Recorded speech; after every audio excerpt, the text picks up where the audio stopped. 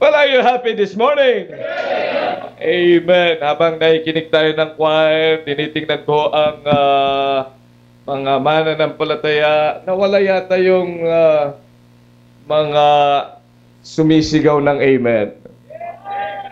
Parang nasa sementeryo ba ang kantay?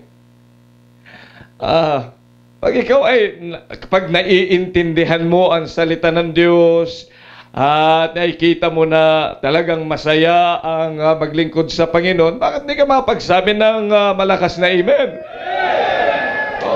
Lalo na yung mga kalalakihan, dapat ang mga lalaki nagsisigaw. Lahat nga ng mga lalaki tumayo at magsabi ng malakas na amen. Iilan lang pala mga lalaki dito Yun pong mga nagdadalawang isip na sila'y lalaki tumayo at magsabi ng hallelujah. Ako kay lalaki. Amen. Siguro naman ay alam mo yan. Tumayo ka nga at magsabi ng malakas na amen. Bakit? Marami talaga akong nakikita. Parang, ulitin natin, lahat ho ng mga kalalakihan, please stand up. Hindi, sabi ko stand up pa lang. Pa-practice lang tayo. Lahat pa ng mga lalaki, tayo. Yan, okay. Sabay-sabay na sumigaw ng malakas na amen. Yan, parang natakot naman konti ang misis mo. Okay, take your seats. Wala pa bang misis? Si June Mark kasi yan lang Okay. Kaya sa simbahan, dapat kayo masaya. Sapagkat, tiro mo yan. Ang mga tao gustong maglingkod sa Diyos pero hindi mapaglingkod. Niisip nila, actually nga nung bata-bata akong Kristiyano sabi sa akin, kala mo kung sino kayo? Sabi ko, hindi akala mo kung sino kami, kundi dahil ang Panginoon nagpatawad ng aming kasalanan. Pinatawad na ako ng aking kasalanan bakit ko pa babalkan? Bakit ko pa iisipin yun? Paid in full! Amen? Kaya dapat lamang na tayo ay maging masaya sa paglilingkod sa Panginoon. Itawagin ko nga si Brother John Paul Durado dito sa harapan. Bigyan siya ng mikropono. Tatanungin ko ng ilang bagay. Si John Paul po ay naglingkod doon sa CBBC Kalawan ng ilang panahon. Although dito ho siya na-baptize noong September 1999. Dito siya na-save nung na-baptize siya noong August 2000. Pero doon na siya lumaki. Lumaki ka ba doon? Okay. At doon na rin siya nangitim. At ngayon ay nandito siya sa ating kalagitnaan at nag-express siya ng gustong mag-transfer ng kanyang membership. And nakausap ko na rin ang kanyang pastor. Nag-usap kami over the phone. At wala namang masamang balita na ibinigay sa akin, kundi sabi niya yan ay naglingkod at yan ay nasa Bible school at yan ay mga magandang siya nang nagbibit ng choir nila doon. Okay. So ngayon ay nandito siya at makakasama natin. Ilang buwan ka nang nagsisimba dito? 3 months po. 3 months. At ikaw ba ay handang sumunod sa mga patakaran sa CBBC Los Baños? Opo. Okay, na walang manliligaw habang ikaw ay nag-aaral? Yes, sir. Na hindi ka magpapaligaw din? Okay. Magbibigay ka ng iyong tithes and offering? Opo. Okay, ikaw ay susunod sa ating dress code? Yes, sir. Okay, mag-i-involve sa gawain ng Diyos? Opo. Okay, narinig nyo siya mga kapatid? Ngayon, kung handa kayong tanggapin siya, say aloud amen. Wala akong magagawa kundi tanggapin ka. Congratulations. Okay. Okay, so tayong lahat ay magsitayo at buksan po ninyo ang inyong mga Biblia sa Mateo chapter 4. Chapter 4. Matthew chapter 4. Verse number 17. At ito po ang sinasabi ng banal na kasulatan. Ito po ay pangaral ng Panginoon, verse number 17, from the time Jesus began to preach and to say, repent, for the kingdom of heaven is at hand. And then verse 19, itong pangalawa. And he saith unto them, follow me, and I will make you fishers of men. Ulitin po natin, ito ang sinabi ng ating tagapagligtas. Did you receive Jesus Christ as your Lord and Savior? If you received Him as your Lord and Savior, say aloud, Amen. At kung siya ang iyong Panginoon, say aloud, Amen for that. Ito ang utos niya sa atin. Follow me, and I will make you fishers of men. Inuulit ko, yan po ay simpleng mga kataga.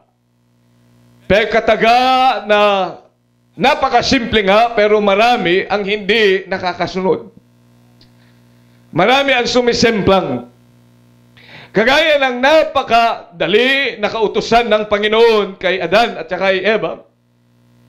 Ang sabi ng Panginoon kay Adan, lahat ay pwede mong kainin yan, lahat ng mga bungang kahoy na nariyan, kainin mo. Maliban sa bunga nung puno na nasa gitna, the tree of the knowledge of good and evil. Hindi nagkulang ang Diyos sa mga bunga na kakainin nila. At maliwanag din sa sikat pa ng araw, madali lang naman kung nagugutom, huwag kumuha doon kukuha sapagkat may pagkain. Pero nakikita natin na bumagsak si Adan. Madaling kuminsan ang mga kautusan, pero nakakaligtaan ng marami. Marami nagsasabi sila ay Kristiyano. Pero itong simpleng kataga ng ating Panginoon ay hindi natutupad. Pero bilang mga anak ng Diyos, if you are a child of God, you can say aloud, Amen for that. If you are a child of God, ito po ang utos ng Panginoon.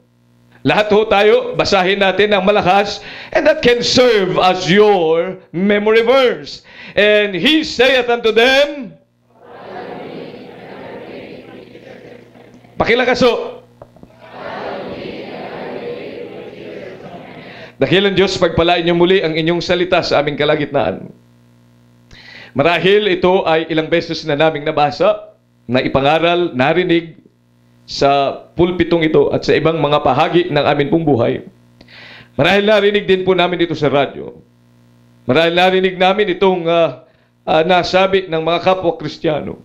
Pero ang hinihiling ko po, ikay mangusap, pagpalain mo po ang inyong salita, tunay na ang bawat naririto ngayon ay iyong mga naging tagasunod. Totoo po, Panginoong Diyos, madaling sambitin, follow me and I will make you fishers of men. Madali din pong unawain. Subalit ang paggawa ay yan bagay na marami sa amin ay sumisemplang. Hinihiling ko po ang ikaw gumawa sa amin, Panginoon. Holy Spirit of God, please work in our midst that we may indeed a follower of you. For this we pray and ask in Jesus' name. Amen. Okay, please take your seats. Gaya ng aking sinabi, ito ang pangalawang paksa ng pangangaral ng ating Panginoong Jesus. Follow me. Ito ay sinundan nung una na pangangaral ng Panginoon doon sa verse 17. Repent, for the kingdom of heaven is at hand. Kaya nga ho, lahat ng mga lumapit sa Kanya na nagbago na ng kaisipan patungkol sa mga bagay na eternidad, patungkol sa salita ng Diyos, patungkol sa buhay, patungkol sa Diyos, patungkol sa kasalanan, nagbago ang kanilang kaisipan yan, nagrepent. Kaya nga pag sinabi natin to repent is to change the mind. Magbago ng ating kaisipan ay ito naman ay natasan ng Panginoon na sumunod ngayon sa Kanya. Ang naising ito ng tagapagligtas ay naririto pa rin hanggang ngayon, mga kapatid. Hindi ho nagbago ang kanyang utos. Hanggang ngayon, ang disenyong ito ng Panginoong Jesucristo ay nararapat lamang na tahakin ng bawat isa na nagsasabing siya ay tumanggap kay Kristo bilang tagapagligtas. If you say that you are saved, if you say that you have repented of your sin, ay kinakailangan sundan natin ang kanyang kautusan, follow me. Nais kong makarinig ng amen ho sa salitang yan. Follow me. Dapat nating maunawaan that when we follow Jesus, we are following the Creator. Because Jesus is the Elohim. Tingnan nyo sa John chapter 1 in verse number 1. In the beginning was the Word, and the Word was with God, and the Word was God. The same was in the beginning with God. Verse 3, all things were made by Him, and without Him was not anything made that was made. Napakaliwanag ho sa salita ng Diyos that the Word made the heavens and the earth. At kung sino yung word na ito, sino ang salita na ito, verse number 14, and the Word was made flesh, and dwelt among us, and we beheld His glory as the only begotten of the Father. Maliwanag sa salita ng Diyos that the Word who is God, the same was in the beginning with God. The same that Word which created all things, He said that Word was made flesh. At sino yung flesh, that Word that was made flesh, walang iba kundi ang ating Panginoong Jesucristo. Kaya nga nung sinabi niyan, follow me, sinasabi niyan, you follow the Creator. Ang gumawa ng lahat ng mga bagay. And sinabi niyan, follow me, siya is the Jehovah in the Old Testament. Tingnan nyo sa Isaiah chapter 9 and verse number 6. Isaiah chapter 9 in verse number 6. For unto us a child is born, unto us a son is given, and the government shall be upon his shoulder, and his name shall be called Wonderful, Counselor, the Mighty God, and what? The Everlasting Father. Ang ibig sabihin po kasi ng Jehovah is a Father. There is a relationship that we have. Hindi lang ho tayo create ng Diyos, kundi ginawa niya tayong anak, kaya siya ang ating Ama. Kaya nga nung sinabi niyan, follow me, He's saying, follow your Father. Follow Jehovah. Kaya nga pag ikay isang witness, pag sinabi mong you are a Jehovah's Witness, ang iwini-witness mo walang iba kundi si Jesus Christ. Follow me, the third thing when He said, follow me. Follow me, follow El Shaddai.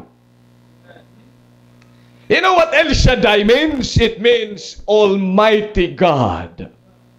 Wala yan sa King James Bible, yung salitang El Shaddai. Yan po ay Hebrew word. El means God.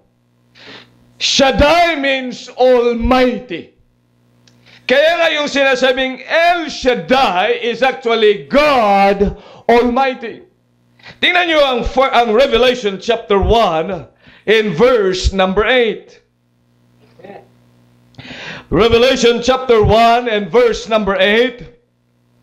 Ang sabi ng salita ng Diyos, I am Alpha and Omega. Sino nagsasalita? Si Jesucristo. Jesus Christ is speaking in verse number 8.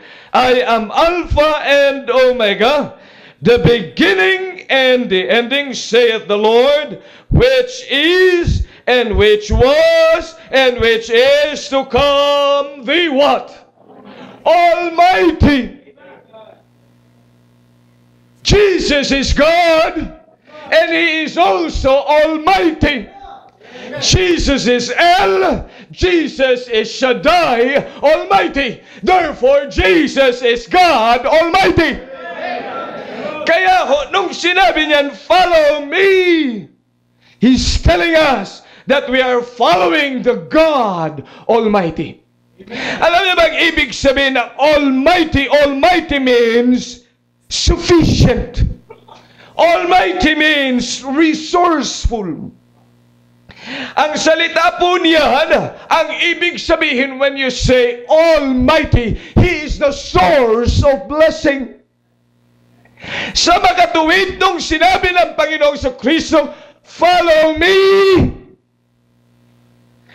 Ay sabi niyan, if you follow me, if you follow El Shaddai, if you follow God Almighty, then you are following a blessing. Kaya ho, ang sino man susunod sa ating Panginoong Kristo shall find blessing after blessing after blessing after blessing.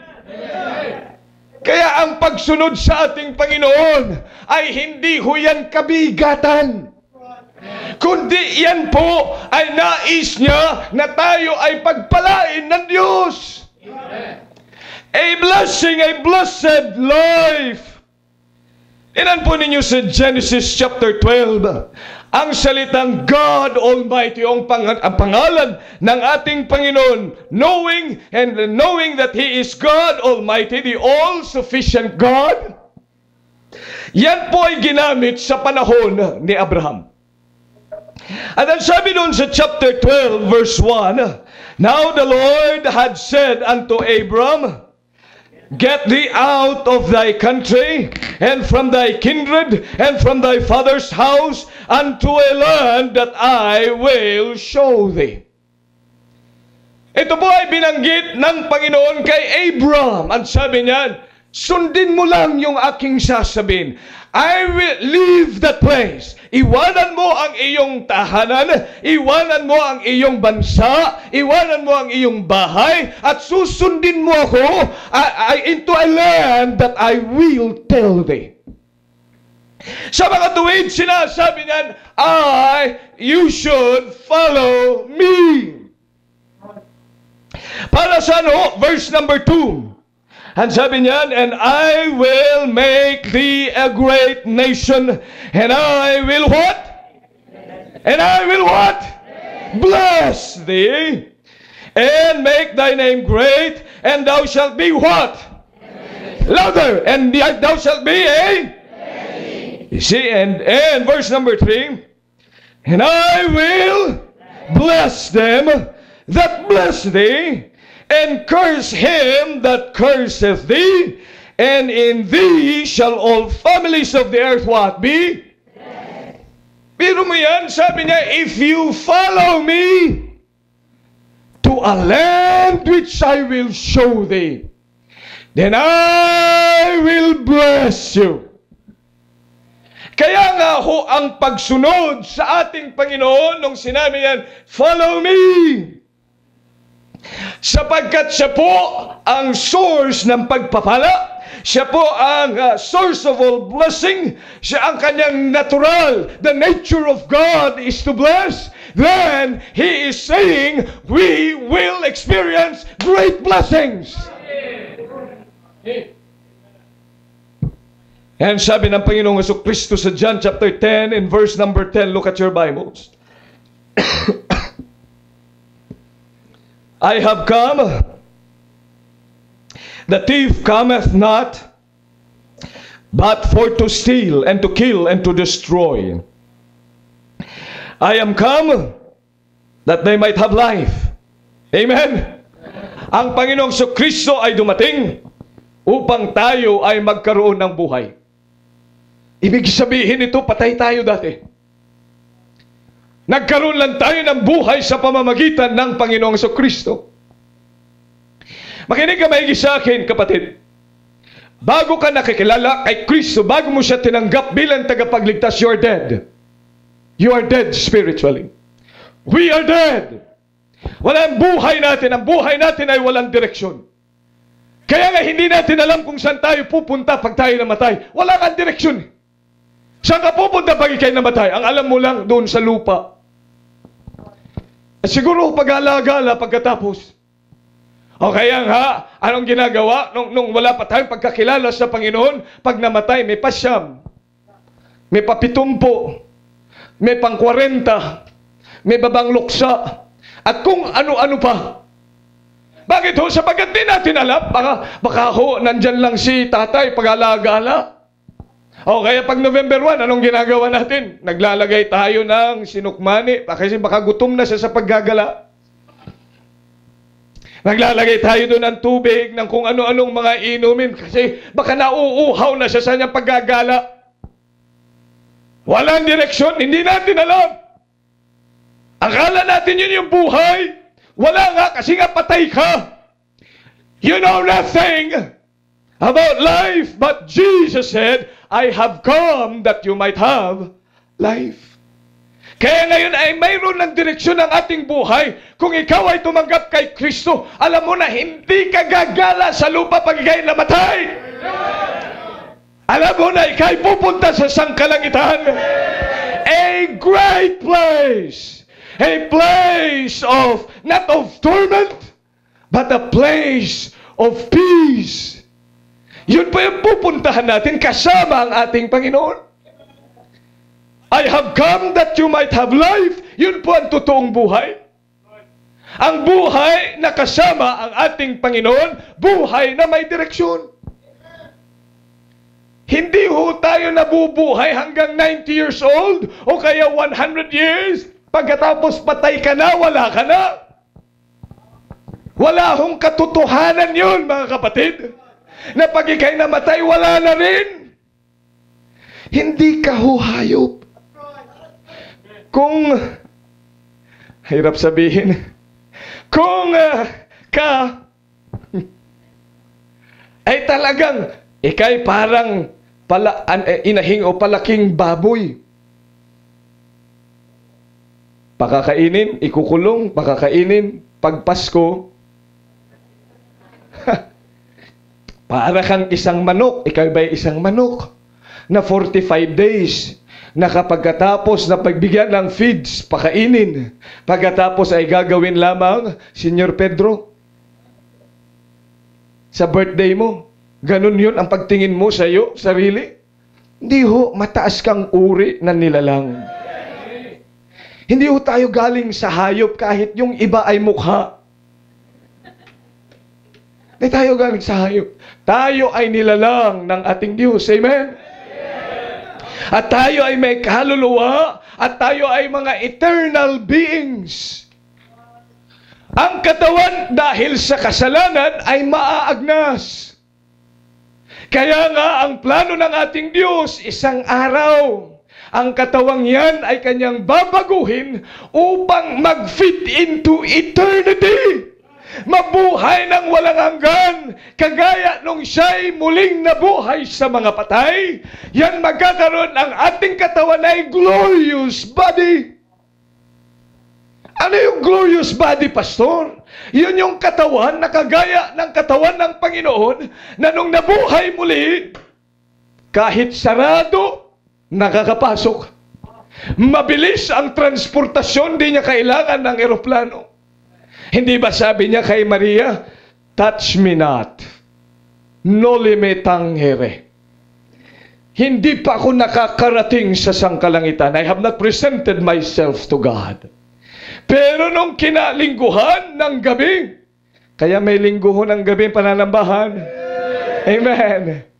Si Pastor, siningit na naman yun. Naalala ko pasensya ka na.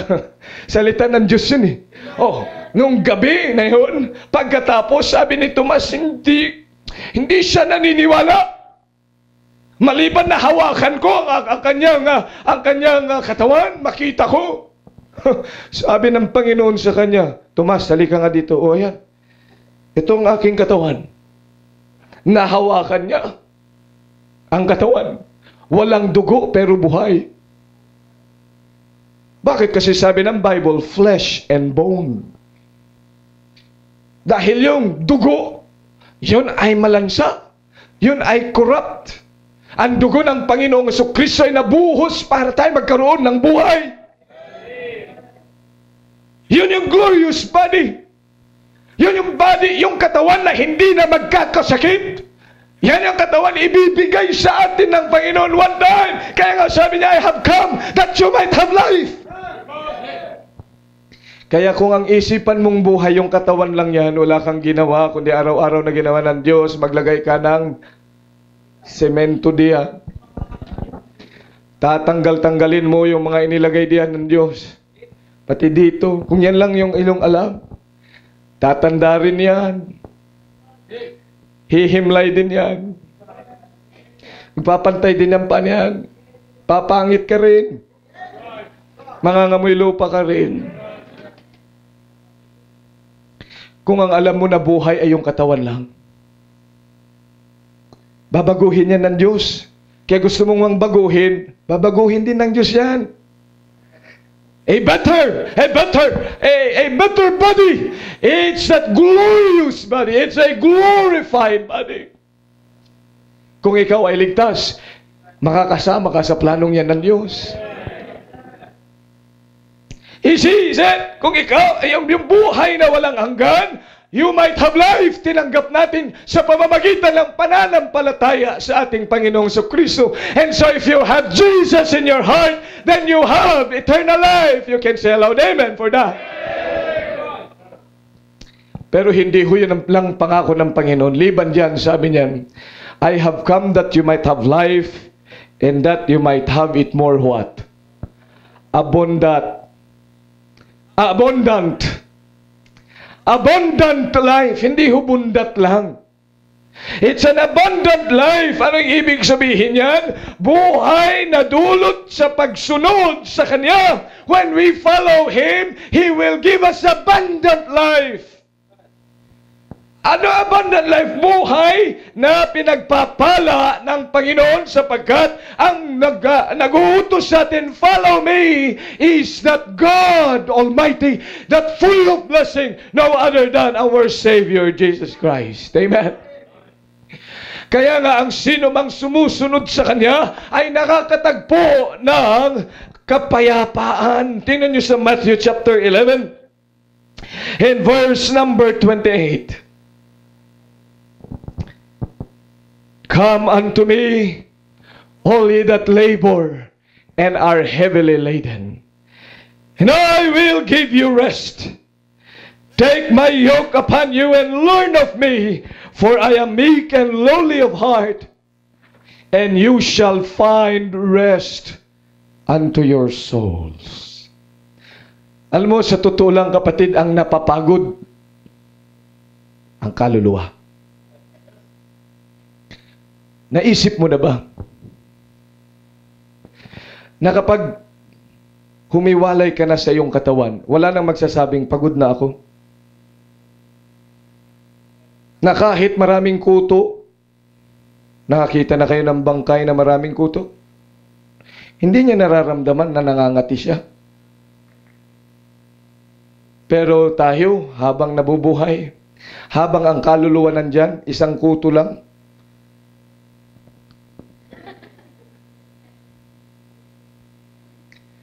bakit ho ang napapagod kaluluwa?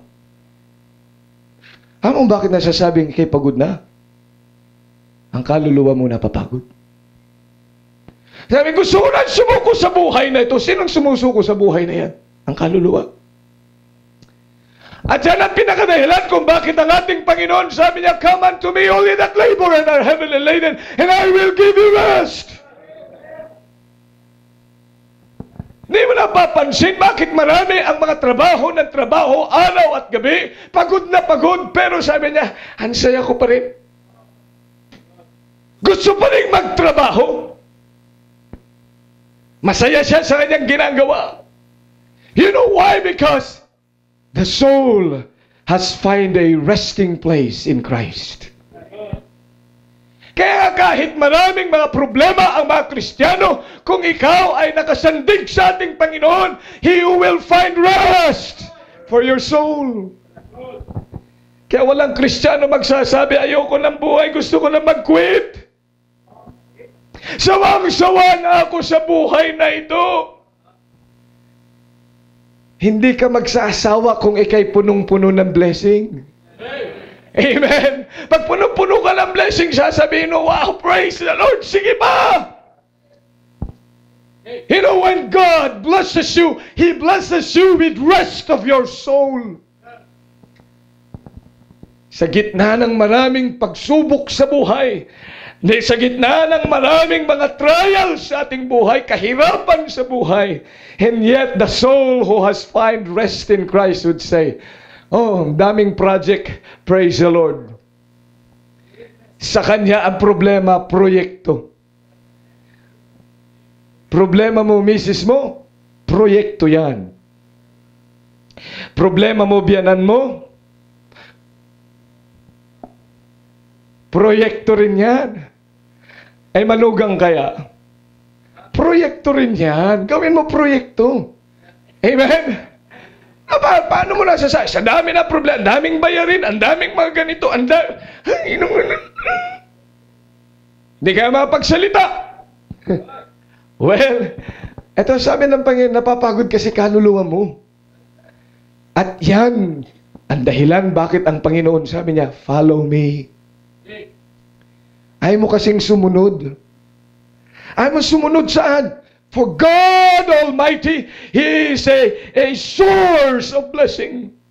At kapag ikay nakatagpo ng kapahingahan sa iyong kaluluwa, then you have much in this world to enjoy. Sa totoo, ang buong mundo ay nananaghoy, mga kapatid. Alam mo ba na sa gitna ng mga kasiyahan na nakikita natin sa mga bahay-aliwan, hiyawan doon sa mga sasabungan, ang lahat ng mga sinehan na nagbibigay na akala natin ay kagalakan, yan po ay hindi hiyaw ng kagalakan sa harapan ng Diyos, kundi hiyaw ng kahirapan ng mga kaluluwa. Bakit ho? Sapagkat ang hiyaw na yan, ang kaluluwa ay nais na maglingkod sa Diyos. Ang Espiritu ay nais na gawin ang kalooban ng Diyos. Pero hindi niya kayang gawin. Kaya nananaghoy siya.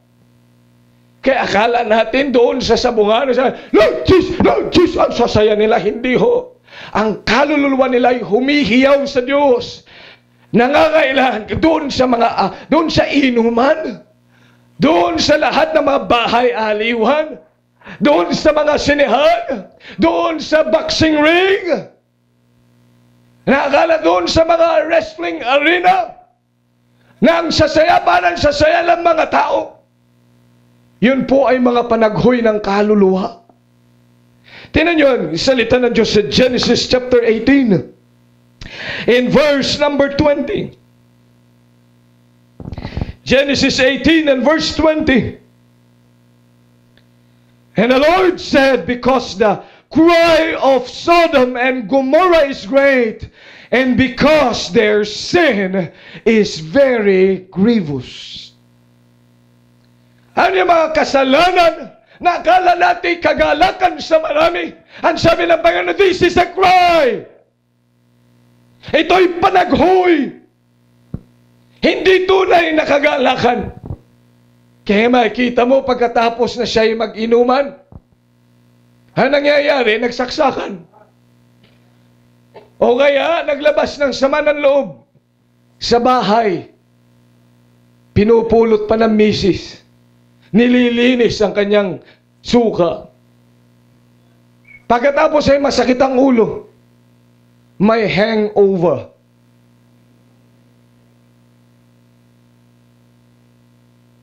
Bakit ito nagagawin? Sapagkat hindi yung tunay na kagalakan.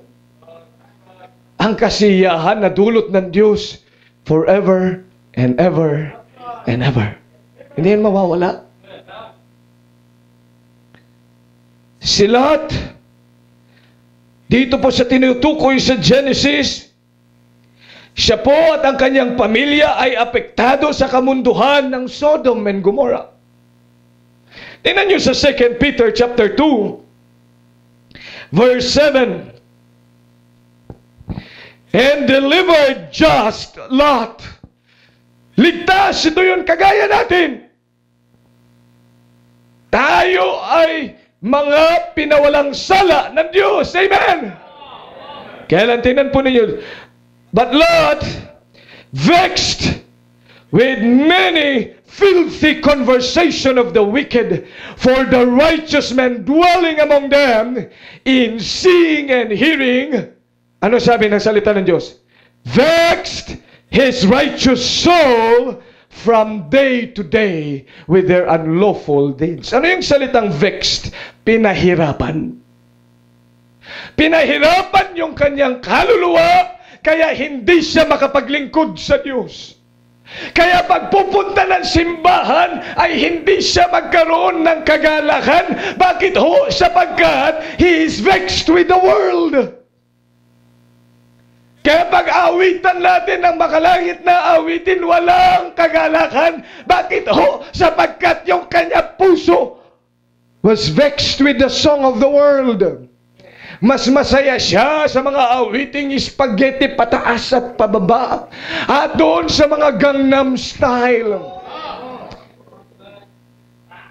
Pero hindi sa awitin ng Panginoon.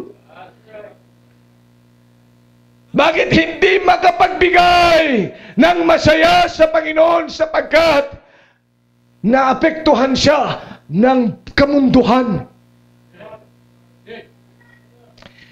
Pero alam nyo, hindi lamang yan, kundi maging ang mga taga-Galasya. Tingnan po ninyo ang Galatians chapter 3 in verse number 1. Ang sabi ng salita ng Diyos, "Oh, foolish Galatians, who hath what? Who hath what? Bewitched. Who hath bewitched you, that you should not obey the truth? Before whose eyes Jesus Christ hath been evidently set forth, crucified among you." Bewitched, sa Tagalog, nakulam. Nakita na kayo ng taong kinulam? Sabi niya, ayaw ko dyan. Galit ako, maamoy ko lang. Sinusuka ko mamaya. Dahil nakulam, sinusundan niya. Nakulam. Bewitched. Bakit maraming mga Kristiyano ang hindi makakanta sa choir? Bakit maraming mga Kristiyano hindi makapagturo ng Sunday school? Bakit maraming mga Kristiyano hindi makapag-usher? At bakit tayo nawawalan sa wisyo? Dahil ikay nakulam. Sinong kumulam sa'yo? O foolish Galatians, who hath bewitched you? Marahil ikay kabataan na kulam ng Dota. Kaya doon sa computer, tutok na tutok. Pero sa salita ng Diyos, wala. Hindi mo na, nakulam. Marahil ay nakulam sa sine. Sa mga Metro Film Festival. Bawat bagong sine, meron siya, nakulam siya. Marahil ay nakulam ng magandang babae. O kaya ng matipunong lalaki. Nakulam siya dahil sa kanyang kasakapangyarihan. Marahil ay nakulam ng magandang bahay. O nakulam ng magandang trabaho. Marami ang mga nakulam dahil sa kanilang propesyon. Pastor, ipag-pray mo na magkatrabaho ako. Ipinag-pray, nagkatrabaho. Nakulam na ng trabaho. Marahil ay nakulam sa pag-aaral. Na kahit sa pakikinig ng salita ng Diyos ang binubuksan ay notebook, hindi ang Biblia. Nakulam ng teknolohiya ng sanlibutan. Ang ganda, alam mo, may bagong cellphone ngayon, yung parang pangkaskas ng yelo. Ang ganda-ganda nun, yung i5, iPhone at saka i6, may i7, i8 na ba? Meron na ba yan? Yun ang pinagkakagastosan, hindi makapagbigay para sa gawain ng Diyos, pero may pambili ng load. Nakulam sa teknolohiya ng sanlibutan. Hanggang alas 12 ng madaling araw nagtitext. Sabi ko, kahit na ano lang sinasabi, sino pang mga gising dyan? Gusto ko ng ka-text me. Biro mo, napapadalahan din ako niyan.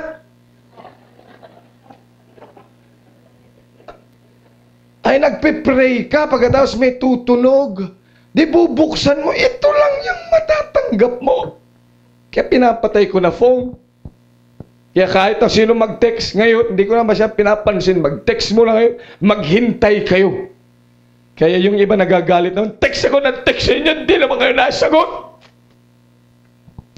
Eh kasi baka nagte-text lang yung, you need a cash loan?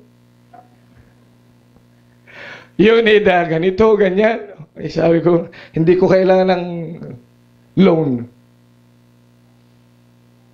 Pero marami mga kabataan. Kaya nga yung mga high schooler at mga college student, dapat kayo mga magulang, huwag niyong bibigyan ng cellphone mga anak niyo. Siya nga kasi wala pa siyang college. Yung mga may college ang dapat sumagot. Tsaka may high school. Hello?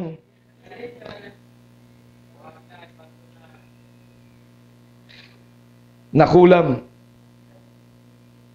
Sino kumulam sa'yo? Para hindi ka makabalik mamayang hapon. Sabi ko na nga ba eh.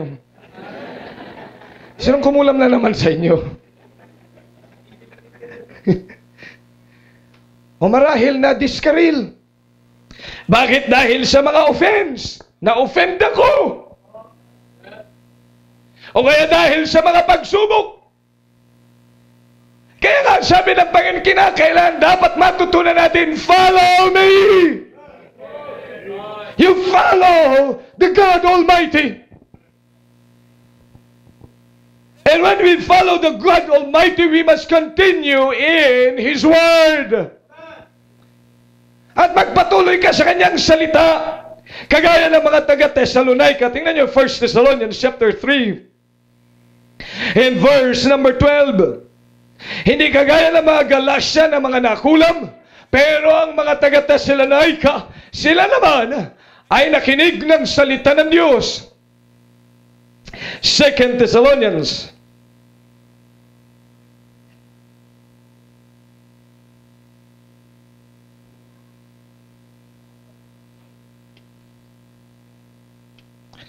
O 1 Thessalonians, sorry po. Verse number 13, chapter 2. For this cause, also thank we God without ceasing, because when you received the word of God which you heard of us, ye received it not as the word of man, but as it is in truth, what?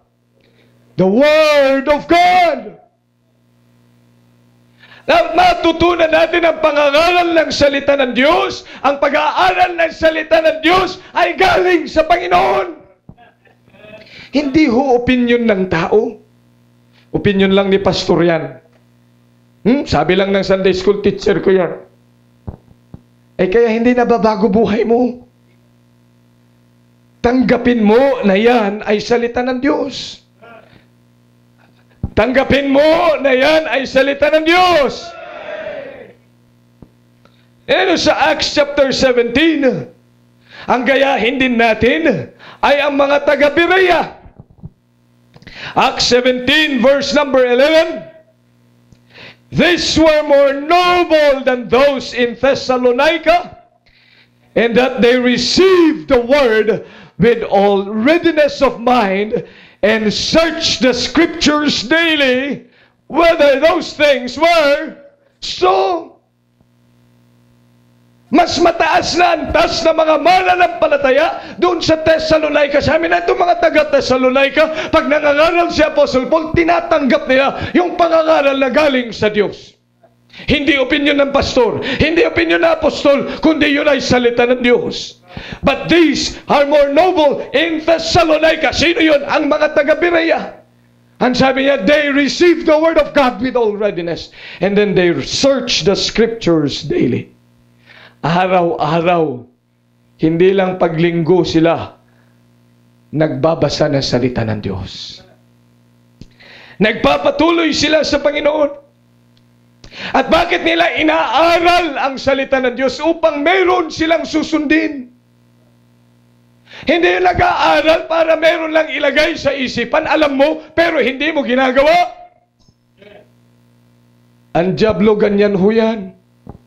Alam niya, pero hindi niya magawa. Kaya yung awiting, gusto kong bumait, pero di ko magawa. Alam mo yun kung sinong author nun? Ang diablo. May magagawa ka sa pamamagitan ng Panginoong Hesus. I can do all things through Christ. Ang kanyang salita, His commandments are not grievous. Na kung masusunod mo yan dahil sa biyaya ng Panginoon, only if you follow Christ. Kaya nga sabi niya, follow me and I will make you. Sino ang gagawa sa'yo? It's the Elohim. It's the great Creator. It's that Jehovah. It's that El Shaddai. Jesus Christ. I will make you. Ang Panginoon mismo ang gagawa sa'yo. Kaya nga kung hindi mo man kaya, kaya ng Diyos.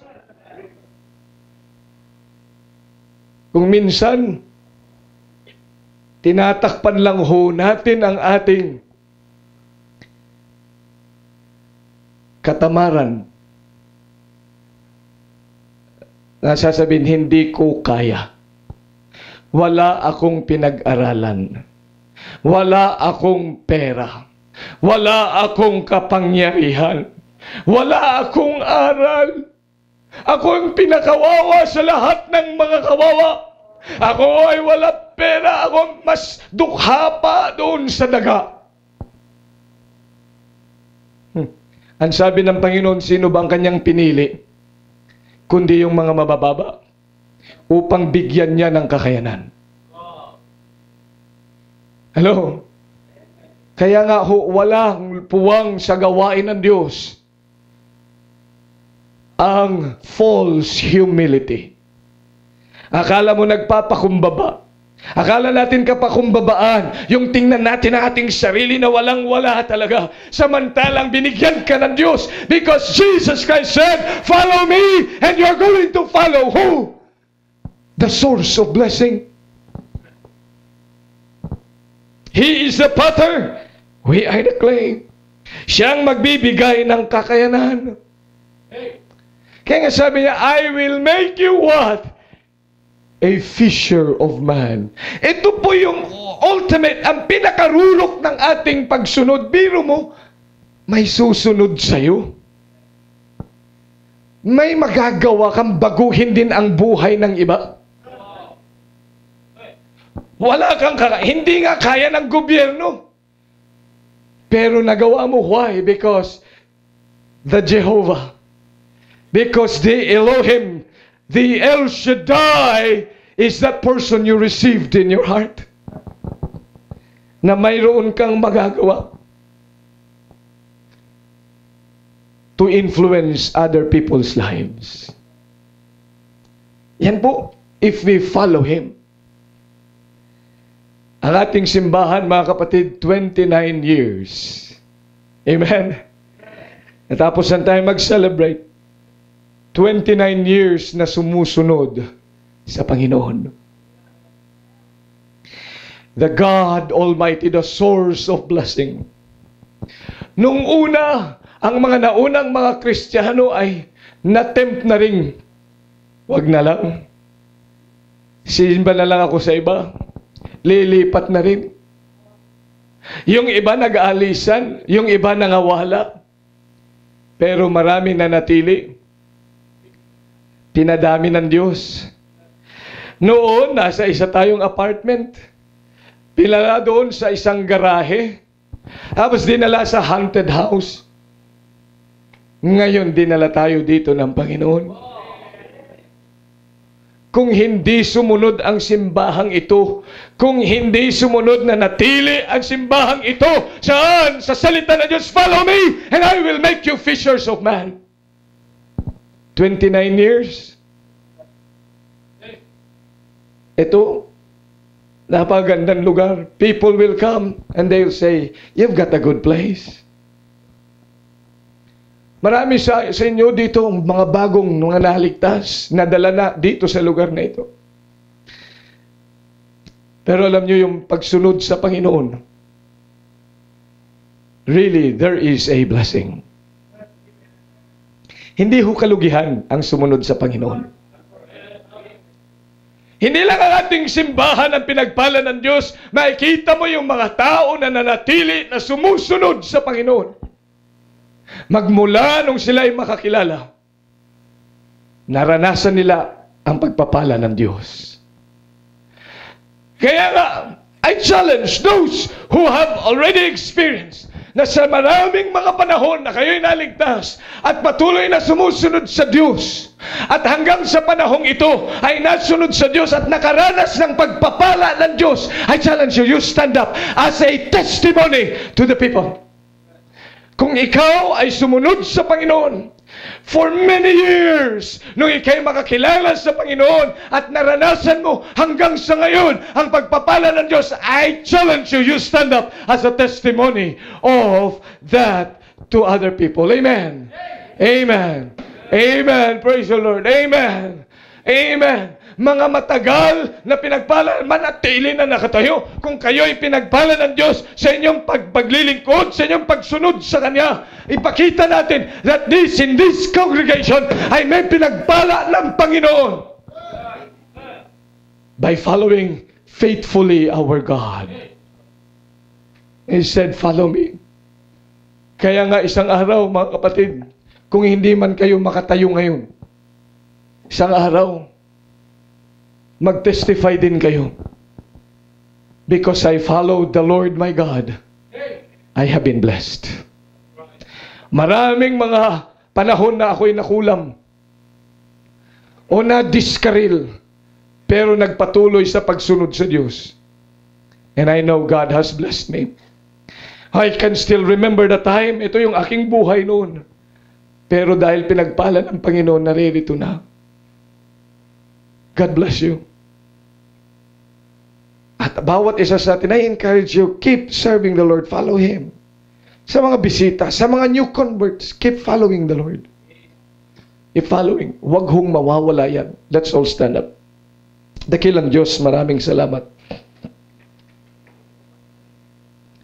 Na noong ika'y nangaral sa mga tao at sabihin sumunod sa inyo, ay hindi po upang sila inyong parusahan kundi bigyan ng mga pagpapala. Because you are God Almighty.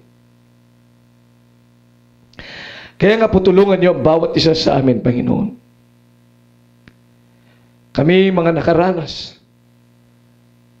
na sa pagsunod sa inyo ay may pagpapala, na ikaw ang nagbigay ng mga pagpapalang ito. Hindi lang ng sarili naming pagsisikap, kundi ikaw ang nagbigay sapagkat sumunod kami sa inyo. Hinihiling ko po na maranasan ng bawat isa sa amin ito as we continue to follow you. Tulungan mo ang bawat isa. Ang simbahang ito is a testimony na sumunod sa inyo, sa inyong salita. And for 29 years, walang pagtal, Panginoon, every Sunday, Sunday after Sunday, week after week, na nagkatipon ang inyong mga anak. Sa mga bagyo na dumating, sa mga problema, sa mga literal na bagyo na dumating, Panginoon, na natili sa pagsunod sa inyo, and you have blessed us dearly. Kaya nga po hinihiling ko, Panginoong Diyos, maranasan ng bawat isa sa amin ang pagpapalang dulot ng pagsunod sa inyo. Hindi lamang ng aming sariling mga pagsisikap, kundi dahil sumunod sa inyo ay may pagpapala. Maranasan po ng mga bisita, maranasan ng mga new converts, maranasan, Panginoong Diyos, ng bawat individual na naririto ngayon. It's my prayer, Lord, na kahit kung minsan ilang beses bumagsak, but you said, a righteous man falleth 7 times and rises up again. Tulungan niyo po ang bawat isa sa amin to keep on following you because you have promised a great blessing for us. Pagpalain mo maging ang invitation sa pangalan ni Jesus. Amen. Habang tinutugtog ang awiting panyaya, sa mga bisita, may lalapit po mga members ng church na ito. Sumama po kayo sa kanila. Tuturo sa inyo ang daan ng tunay na pagsunod sa Panginoon. At sa mga members ng church, sa mga new converts, I encourage you to keep following the Lord and experience the blessing of following the Lord. May mga blessing na dulot din ng ating pagsisikap. Pero ang puntos po ng pangangaral ngayon ay yung blessing na bigay ng Diyos dahil sumunod. Kaya kung ikaw ay ama ng tahanan o ikaw ay ina ng tahanan or you are a young people, why don't you come to the Lord here in the altar and talk with God? Lord, I will follow you. I will follow you, Lord. As you have said, follow me, and I will make you fishers of men. I will follow you. Mark this day, Lord. Today, I promise to follow you. I promise to really come to you and follow and experience the blessing that you're going to give because I follow you.